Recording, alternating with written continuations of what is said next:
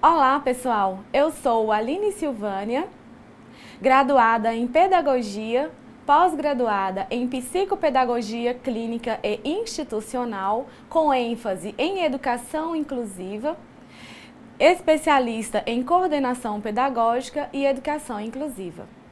Então, colegas, vocês tiveram a oportunidade e as possibilidades de discutir com a professora Ellen no módulo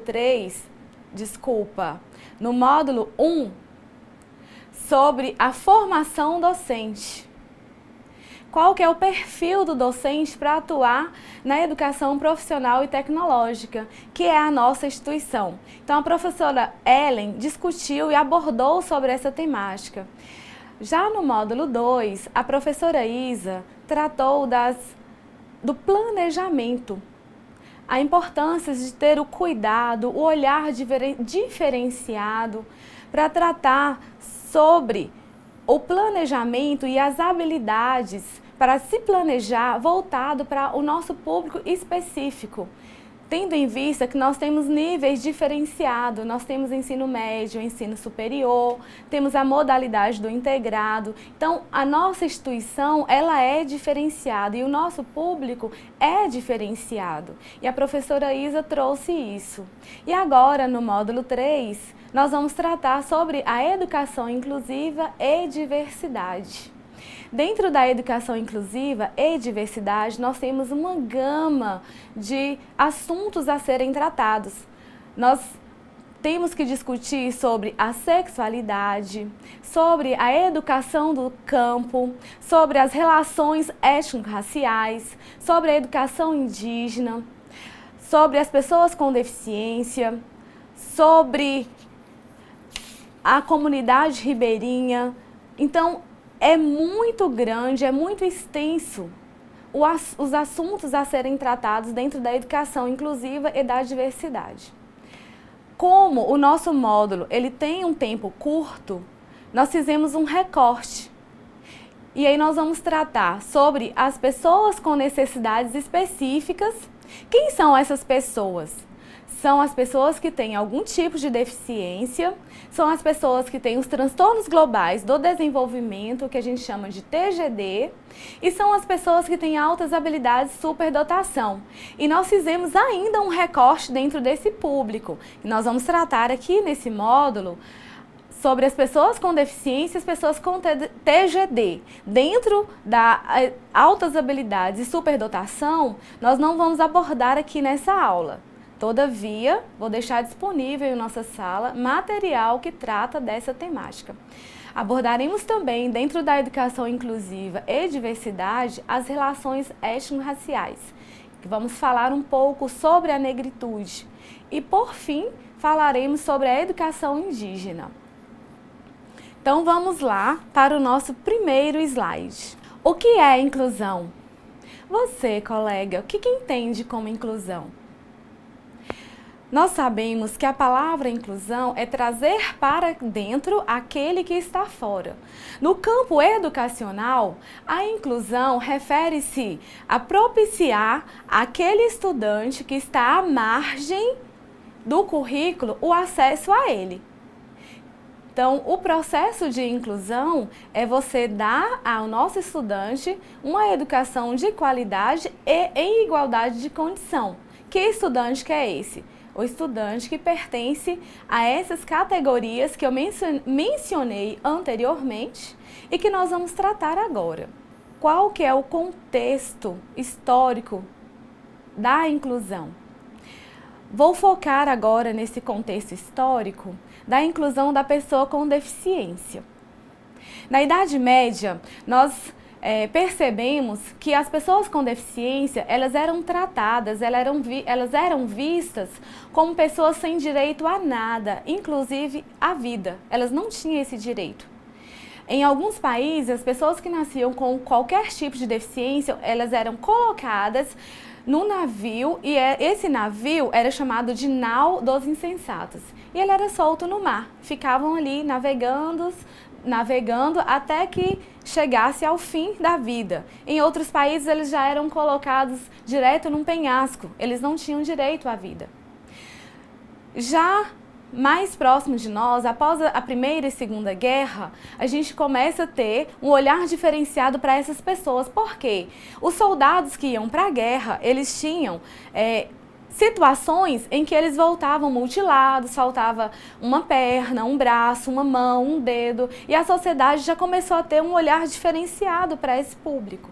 E aí eles começaram a viver o período da segregação. Eles poderiam ter acesso à educação, mas eles não poderiam ir à escola. Eles poderiam, a pessoa com deficiência teria que ter o acesso ao ensino, só que dentro da casa. Então teria que ser alguém que tivesse uma condição financeira boa. Depois do período de segregação, a gente passa para o período de integração, que já é por volta dos anos 1970, 1980. Nesse período da integração, o estudante ele vai à escola. Ele vai à escola especial, ele vai à sala especial e ele também começa aí, já no final dos anos 80, a escola regular, que é aquela escola que é para todos os alunos. Só que ali, o aluno, o estudante, ele precisa se adequar à escola. É ele que tem que providenciar todo o processo, todo o meio para ter acesso ao currículo. Ele que teria que pagar um intérprete de Libras, se fosse o caso do aluno surdo.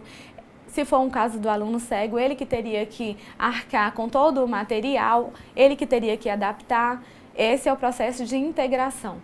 Já em 1994, com a Declaração de Salamanca, nós temos o movimento inclusivo que ganha força e passamos para o movimento de inclusão propriamente dito, que aí a escola é que tem que se adaptar ao estudante. E aí, nesse movimento nós trabalhamos atualmente. Falando da legislação, nós temos várias leis que abordam e que trazem essa temática, mas eu quero focar com os colegas sobre a LBI, que é a Lei Brasileira de Inclusão. Essa lei, ela institui o Estatuto da Pessoa com Deficiência e nela faz um compilado das legislações anteriores. Sugiro a você, colega, que faça a leitura, estará disponível na sala a LBI comentada. É importante que você tenha o conhecimento dessa lei para atuação em sala de aula e para você atuar com a pessoa com deficiência dentro do espaço escolar e externo a ele. Vamos para o próximo slide. Estratégias de ensino para o estudante com deficiência visual. Antes de entrarmos nas estratégias propriamente ditas, quero ressaltar aqui que nós vamos fazer algumas sugestões, algumas orientações, mas que não será a receita. O principal, o importante é que você, colega professor, tenha a abertura e que tenha a ruptura da barreira atitudinal e que queira entender todo o processo de educação voltado para a inclusão, para que você tenha um sucesso no processo de ensino-aprendizagem com os alunos com necessidade específica. Então, quem é o aluno com deficiência visual? Quem é essa pessoa? É aquele que apresenta baixa acuidade visual. Pode ser cego, que não tem foco de luz, que não enxerga nada, ou que tem apenas o foco de luz, ou então pode ser a pessoa que tem baixa visão, que consegue enxergar objetos, que consegue enxergar cores, consegue enxergar pessoas, mas não consegue quando se trata de algo muito pequeno e tem dificuldade da leitura, se a letra for pequena. Então temos essas duas categorias, o cego e a pessoa com baixa visão. Entrando então nas estratégias. A descrição de imagem. Gente, isso é fundamental. Prestem muita atenção nesse detalhe aqui, colega. Por que que é fundamental? Imagine você, quando você projeta no quadro, quando você faz uma projeção e tem figuras, você começa a falar sobre aquela figura e começa a apontar para ela. Mas você não vai perceber que o seu aluno que não enxerga, ele não vai ver aquela figura. Então, é necessário que você tenha essa percepção e seja feita a descrição. Então, imagine você, professor, vou fazer a descrição da seguinte imagem. Uma piscina redonda com a água toda azul e está na frente da casa. Então, colega, você percebeu que aqui a tela não apareceu nada. Eu fiz a descrição de uma imagem. Você construiu ela mentalmente. É assim que funciona para o seu estudante que tenha deficiência visual. Para você foi fundamental que eu fizesse a descrição porque não tinha nada na tela, correto? Então, quando você faz essa descrição de uma imagem que está estática, a gente fala de descrição. Se você levar ela para que está em movimento, por exemplo, no cinema, no teatro, no auditório aí do campus, uma apresentação no seminário, a gente fala de audiodescrição. Então você, colega, é importante que tenha uma noção e um conhecimento de como fazer isso. É importante que você percebeu que na descrição da imagem eu usei a forma, eu falei que a piscina era redonda, eu descrevi a cor e descrevi a localidade. Então tem que ser direto, tem que ser objetivo, mas tem que dar os detalhes. Na sala terá um material que vai orientar você como fazer a descrição de imagem estática e como fazer também a audiodescrição. Outra questão que é importante durante as aulas é que você trabalhe com textos curtos, objetivos, que seja direto, porque a pessoa com deficiência visual vai precisar do recurso no sentido de ou ela vai utilizar o braille, ou ela vai utilizar o ledor. Quem é o ledor? É uma pessoa que faz a leitura para ele, ou vai utilizar o computador ou o áudio. E os textos, se for muito longo, vai dificultar a compreensão e ele vai se perder. A sugestão é que seja mais simples, mais objetivo e mais curto os textos. Outro ponto importante, jamais utilize as expressões aqui, ali, ao lado. Para a pessoa com deficiência visual, isso não faz sentido. Você, colega, precisa de dizer à direita, à esquerda, acima, abaixo e sempre tome como referência a pessoa com deficiência visual e não a sua direita ou a sua esquerda. Isso serve também para você descrever as figuras que estiverem sendo projetadas e quando você for entregar para ele um material que tenha figura. Quando tiver uma avaliação, isso faz parte e é necessário que siga essas regras. Outro ponto fundamental dentro das estratégias, não esqueça, não deixe de passar o material com antecedência. Por que eu estou dizendo isso? Porque assim, a pessoa com deficiência visual que está lá na sua sala terá a possibilidade de conhecer o material anterior e até mesmo de sugerir para você algumas questões. Por exemplo, se lá tiver um mapa, ele vai ter uma dificuldade, porque o mapa é o quê? É uma figura. Se tiver um gráfico, então ele vai ter a possibilidade de fazer a leitura antes e aí eu sugiro para você, dentro das descrições de figura, entra também a descrição de mapa, entra a descrição de gráficos. Tem um material na nossa sala que vai falar sobre isso, eu sugiro que você leia, porque é importante para o seu processo de ensino junto a esse aluno com deficiência visual. E agora, algumas orientações para a avaliação do aluno com deficiência visual. A gente sugere que seja retirado, textos muito longos. A gente orienta também que perguntas como, por exemplo, localize no mapa a região sul. Substitua, você pode colocar, indique quais são os estados da região sul. Isso é uma adaptação, isso é uma adequação e faz toda a diferença. Isso não quer dizer que ele não sabe a localização. No entanto, o mapa é uma figura e implica dificuldade, a menos que você sente com ele, trabalhe toda a estrutura do mapa e faz valer com que ele aprenda e tenha esse desempenho. Aí sim você terá a possibilidade de fazer essa cobrança. Se não, eu sugiro que você faça a adequação. Então vamos para o próximo slide. Estratégias de ensino para o estudante, o discente surdo ou com deficiência auditiva. colega, eu sei que é bem difícil aquilo que é novo, a gente se deparar com aquilo que é novo, com aquilo que a gente não tem o domínio. Quando chega uma pessoa surda na sala, qual que é o primeiro impacto? Ah, mas eu não sei Libras, e agora? Agora, o primeiro passo é você conversar com o seu aluno. E a gente sugere e orienta que você converse com ele sempre de frente para ele. Durante as aulas, jamais fique de costa. Olha como que é chato eu continuar falando para você de costa e você está me ouvindo.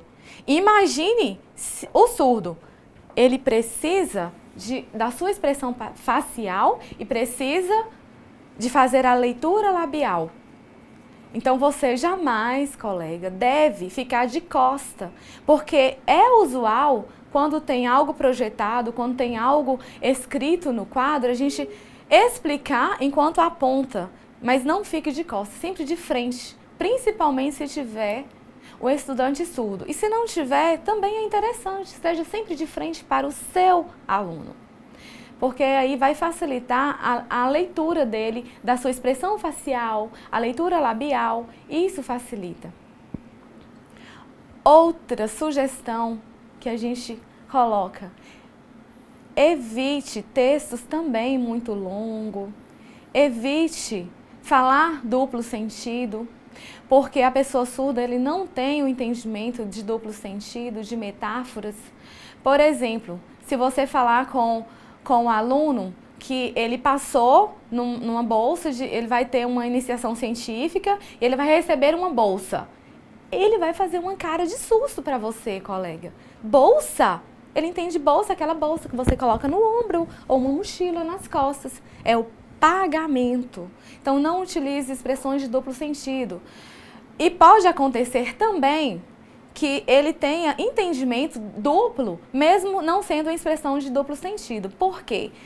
O português, para ele, é a segunda língua. Gente, preste muita atenção.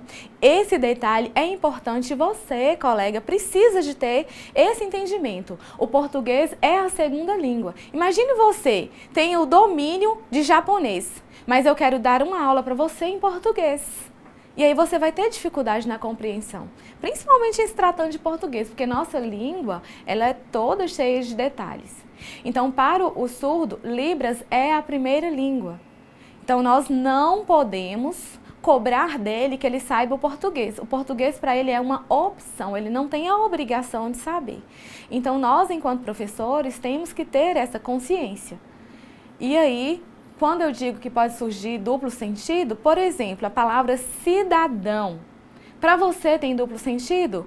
Tenho certeza que você está dizendo agora que não. Mas para o surdo, sim.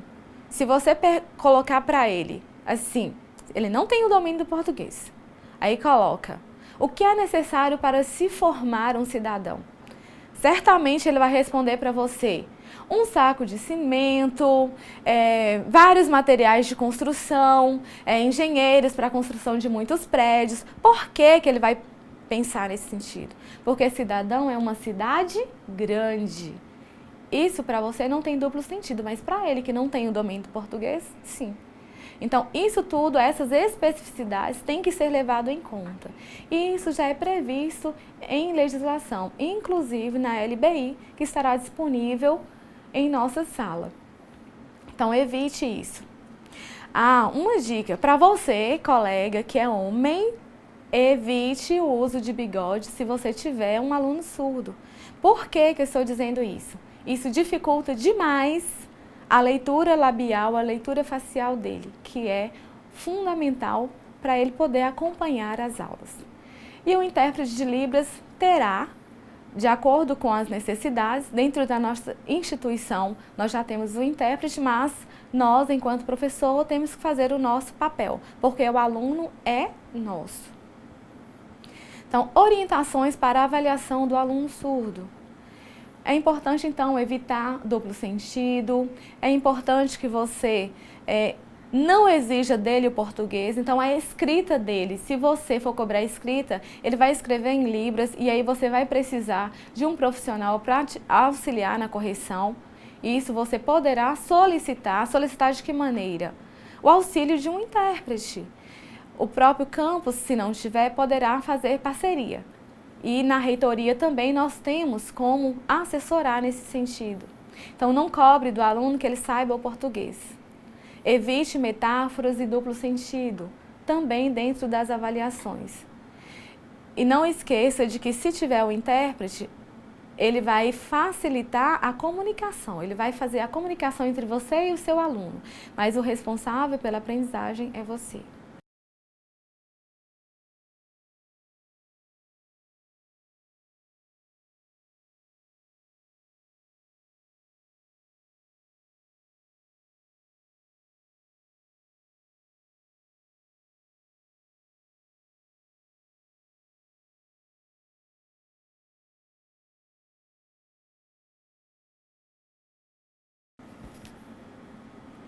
Colegas, vocês perceberam que ficou sem som e eu continuei falando.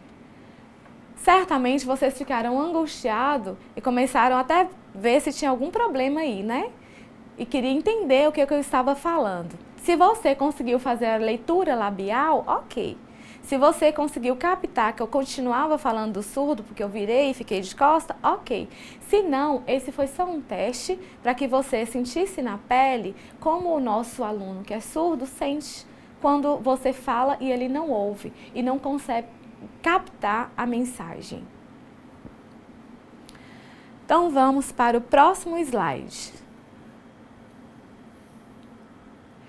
O que é deficiência intelectual? A gente pensa assim, não, eu nunca vou receber um aluno com deficiência intelectual. Saiba, colega, que nós já temos vários estudantes com deficiência intelectual em nossa instituição. E certamente você vai se deparar com um deles. Então, o que é a deficiência intelectual? A pessoa que tem em pelo menos 2 limitações nas seguintes habilidades. Então, ele pode ter limitação na comunicação, a dificuldade, ele é limitado na interação social, em adaptação social também, no lazer, na saúde, no cuidado pessoal. Isso são algumas características da pessoa com deficiência intelectual. Ele pode ter apenas 2 dessas capacidades, dessas limitações, ele já é considerado. Então, não é para que a gente se assuste, é para que a gente entenda e consiga trabalhar com esse público. Quais são as principais características da pessoa com DI, ou seja, com deficiência intelectual? Ele tem a dificuldade de concentração. A gente fala falta, mas é uma dificuldade de concentração. Ele tem dificuldade de compreender o funcionamento da língua, porque isso dificulta para ele, o raciocínio pode ser mais lento, isso dificulta, né, esse funcionamento da lógica da língua. Tem a falta, né, a ausência da concentração, então são algumas características da pessoa com deficiência intelectual. Vamos para o nosso próximo slide. Estratégias de ensino para o aluno, o nosso estudante com DI. O que é que a gente sugere para você? Que tenha uma rotina nas atividades, uma rotina na sua aula, para facilitar o acompanhamento desse estudante. A rotina não quer dizer permanecer na mesmice, mas é que você tenha uma rotina no sentido de ter o início, meio e fim. Não se perca durante a aula, porque pode ser que os outros alunos que não tenham o DI se perca, mas aquele que tem a deficiência intelectual certamente vai se perder. Atividades lógicas. É importante que durante as aulas, em qualquer conteúdo que seja, que você explique e mostre a lógica daquilo. Porque pode acontecer que alguns conteúdos eles são tão abstratos que a gente não vê sentido, não vê a lógica. E para a pessoa com deficiência intelectual isso é muito complicado. Então é necessário que você mostre ali a lógica daquilo, saia do abstrato. E o uso de música.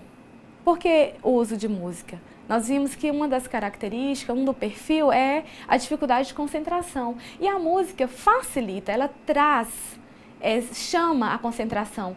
E o benefício vai ser para a turma toda, não só para o nosso estudante com DI. Algumas orientações para a avaliação do estudante com DI. Textos curtos, bem objetivos, porque se ele tem dificuldade de concentração, vai ser bem complicado fazer textos longos. Então, coloque textos curtos, perguntas diretas, perguntas objetivas. Explore o uso de figuras, explore o uso de imagens, porque para ele é bom. Então, são algumas dicas para o momento de avaliação. E nós vamos deixar isso também em nossa sala, não deixe de ler, porque lá tem alguns exemplos, algumas orientações que vai facilitar no seu dia a dia e no seu cotidiano com o aluno que você tiver que tenha deficiência intelectual.